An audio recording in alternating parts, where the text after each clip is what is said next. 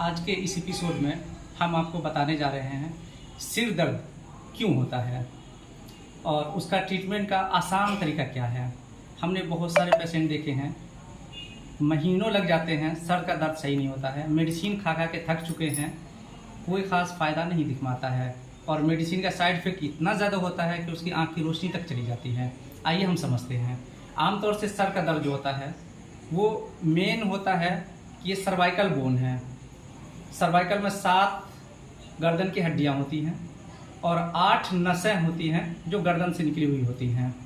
इसको देखा जा सकता है और ये साइड की नसें हैं, ये देखा जा सकता है। हर 2 हड्डी के बीच से एक नस निकली हुई है।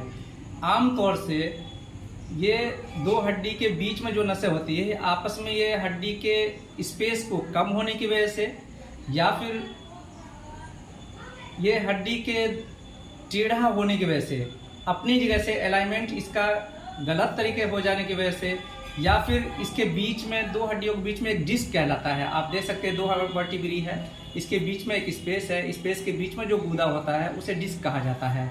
इसे और हम लंबर एरिया में समझ सकते हैं। इस एरिया में देखा जाए तो साफ नज़र आता है। होता क्या है कि कभी कभी ये डिस्क गिरने की वजह से, एक्सीडेंट की वजह से या गलत ढंग से सोने की वजह से ये हड्डी जो है ये अलग हो जाती है, ये डिस्क बाहर निकलने लगती है, जिसको यहाँ पे शो देखा जा सकता है। ऐसी शक्ल को हम लोग बोलते हैं डिस्क बल्ज कर जाना या डिस्क हर्निया हो जाना। तो डिस्क हर्निया हो जाए, डिस्क बल्ज हो जाए या डिस्क क्षीण हो जाए या डीजनरेशन होने लगे, दोनों वर्टिब्री के बीच का स्पेस कम होकर के दोनों वर्टिब्री के बीच में एक फॉल्स हड्डी का जॉइंट बनना शुरू हो जाता है, जिसको डीजनरेशन हम बोलते हैं। ये गर्दन में होने लगे, ऐसी शक्ल में आमतौर से सर दर्द, गर्दन दर्द या किसी भी एक दाएं या बाएं हाथ का दर्द शुरू हो जाता है।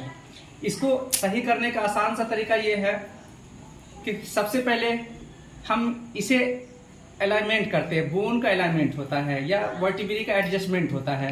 इसको हाथ से मैनुअल हम करते हैं, मैनुअल दे दोनों तरफ से दाबते हैं जिससे हड्डी अपनी जगह पे बैठ जाती है, या फिर इसको ट्रैक्शन देते हैं मैनुअल, हाथ से इसे खींचते हैं, हाथ से खींचते हैं। तो जिसकी वजह से क्या होता है कि एक दूसरे के सर्वाइकल वर्टिब्री की बीच की स्पेस वो खुलती है, फिर कम होती है, खुलती है, कम होती है। तो इसकी वजह से ब्लड का सर्कुलेशन तेज होता है, नस पे प्रेशर कम हो जाता है और पेशेंट का सर दर्द कम होने लगता है। दूसरी शक्ल एक और है जो हम फिजियोथेरेपी या कायरोप्रैक्टिस के द्वारा इसे सही करते हैं। और अगर इसके अलावा एक चीज़ और हम आज के नए दौर में देख रहे हैं, उसकी मदद ली जा सकती है। उसको हम लोग बोलते हैं कपिंग थेरेपी, कपिंग थेरेपी या हेजामा। कपिंग थेरेपी और हेजामा की शक्ल क्या होती है, जैसे देख लीजिए, ये कप है, ये वैक्यूम गन है। जिस एरिया में दर्द हो रहा होता है, अभी तो हम गर्दन की बात कर रहे हैं, तो गर्दन के एरिया में दर्द हो रहा होता है तो इसकी अलग अलग साइज है। जैसे हम आपको और साइज दिखाने की कोशिश करते हैं। जैसे छोटा स्पेस है, ये गर्दन के लिए है, साइड में लगाने के लिए है। ये बिल्कुल गर्दन पीठ के C7 के पास लगाते हैं, C3 C4 के पास लगाने के लिए है। इसके अलावा एक और साइज का होता है, जैसे ये देखा जा सकता है, ये भी C7 C4 C5 के स्पेस पे हम इसको लगाते हैं और इससे वैक्यूम क्रिएट होता है, जिसकी बिना पर सर्वाइकल प्रेशर जो बन रहा होता है मसल्स का या नर्व का, वो कम हो जाता है। उसकी शक्ल हम आपको दिखलाते हैं।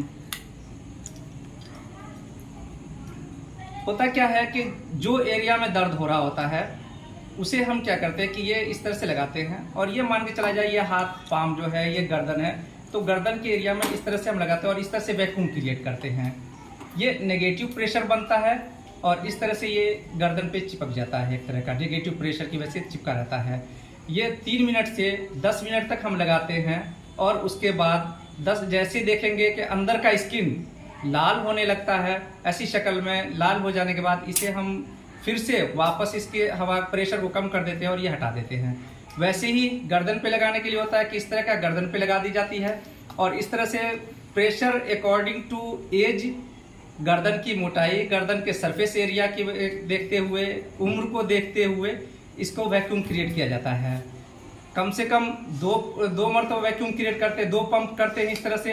एक में भी काम हो जाता है, 2 पंप में भी काम होता है और 3 से 4 पंप भी करना पड़ता है। ये ज़रूरत के अकॉर्डिंग कहाँ पे हमको कितना करना है ये देखना पड़ता है। और इसको ख़त्म करने के लिए आसान सा तरीका, ये ब्लैक एरिया है, ब्लैक एरिया को बाहर की तरफ पुश कर देंगे, इससे हो जाएगा। अगर हम ये 3 से 4 दिन लगातार करते हैं या 1 वीक का लगातार हम ये काम करते हैं, कपिंग थेरेपी करते हैं उसके गर्दन पे, इसको ड्राई कपिंग थेरेपी बोलते हैं, तो गर्दन का दर्द, माइग्रेन, सिर दर्द बिल्कुल आराम हो जाता है इसमें। इसी तरह से इससे हम और बीमारियों में मदद ले सकते हैं। शोल्डर पेन हो जाए, नेक पेन हो जाए, बैक पेन हो जाए, अपर बैक पेन हो जाए, या कमर में दर्द हो रहा होगा, या ठौना में दर्द हो रहा होगा, या एड़ी में, जहाँ भी दर्द हो इसको आसानी से हर घर में उपलब्ध कराया जा सकता है। और हर घर के फर्द इसे कुछ ट्रेनिंग लेकर के, सीख करके आसानी से अपना इलाज खुद कर सकते हैं। आज के लिए हम इस एपिसोड को ख़त्म करते हैं। आगे हम दूसरा फिर से लेके आएंगे किसी और टॉपिक पे, नए सिरे से हम आपको फिर से कुछ नॉलेज, ज्ञान बांटेंगे आपके बीच में।